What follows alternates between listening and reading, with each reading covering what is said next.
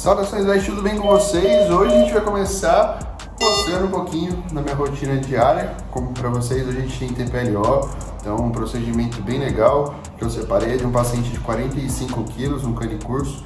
Então espero que vocês curtam bastante o processo, acompanhem. Se você ainda não me segue, já clica aqui para seguir, deixa o seu gostei, que é muito importante, tanto para ajudar a gente quanto também para te ajudar, porque o algoritmo vai entender que você gosta desse tipo de conteúdo que é relevante para você. Bora pro procedimento. Aqui na fase de planejamento cirúrgico, agora a gente entrando realmente na parte da indução anestésica. Então nesse momento eu vou pegar o acesso venoso do paciente, conseguir pegar com o catéter 20 ali para ter um fluxo de fluido interessante. Logo na sequência a gente faz a fixação desse catéter e agora é só começar a infusão de fluido e outros fármacos. Aqui de fato a gente entra na fase de indução anestésica, então eu estou utilizando o Propofol para fazer a indução de forma bem lenta, gradativa e checando o plano anestésico através dos planos de Guedel, tá? E aí logo na sequência a gente já prepara para fazer a intubação orotraqueal.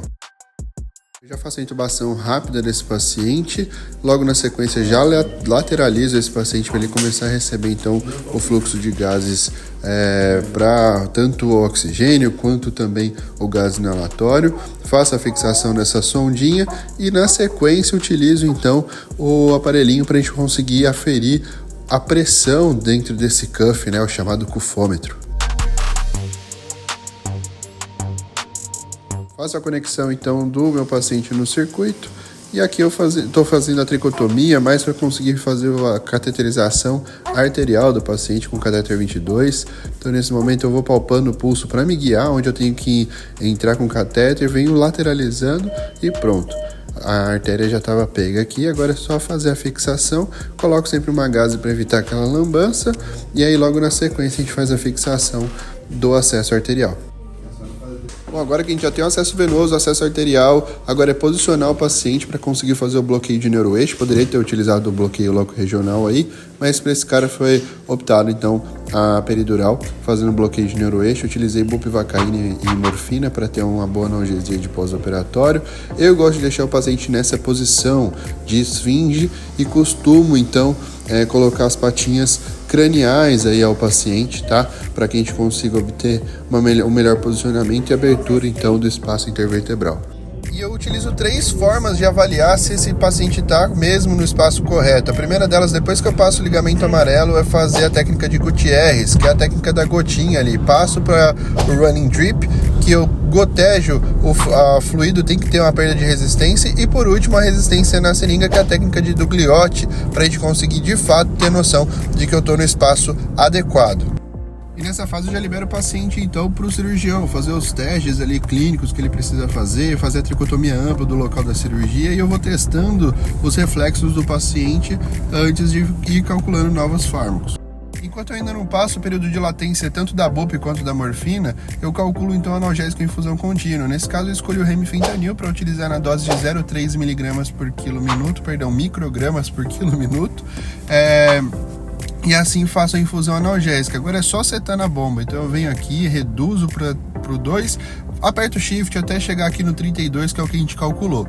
Na sequência, eu já deixo programado a parte start, né, para ele infundir. E na sequência, eu já deixo preparado aqui também na minha bomba de infusão de equipos a taxa de fluido. Então para esse cara a gente calculou 190 ml nessa fase inicial da cirurgia.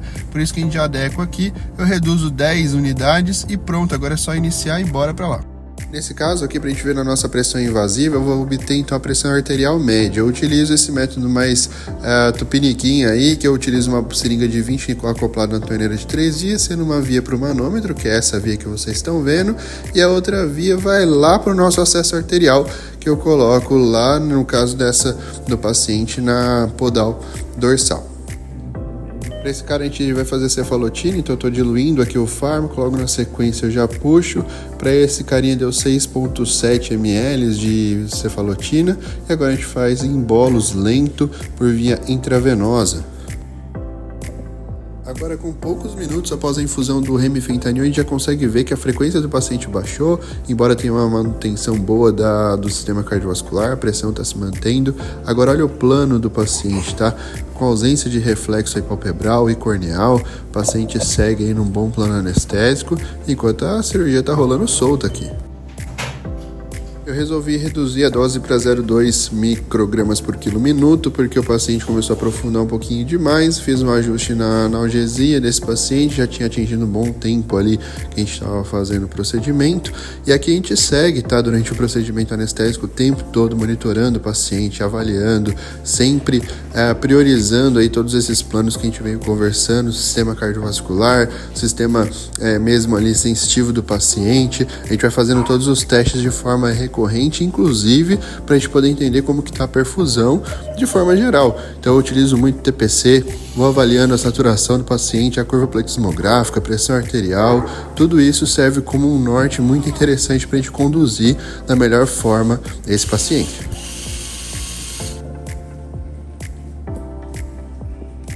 Mais um pouco de furadeira, quebra-quebra da ortopedia. Aqui a gente continua a avaliação, tá? Então a gente vê que os parâmetros estão se mantendo muito bem. Aqui eu checo mais uma vez a pressão do cuff, mais um pouquinho de furadeira, mais um pouquinho de quebra-quebra da ortopedia. Agora é o cirurgião medindo aí o tamanho do parafuso necessário para entrar na placa e seguimos aqui.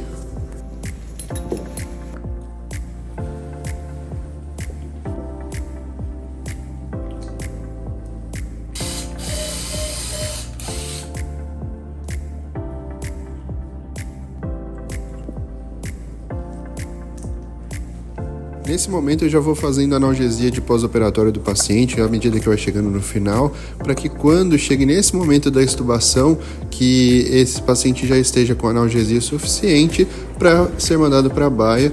E aqui vocês ficam agora com o pós-operatório imediato desse carinha.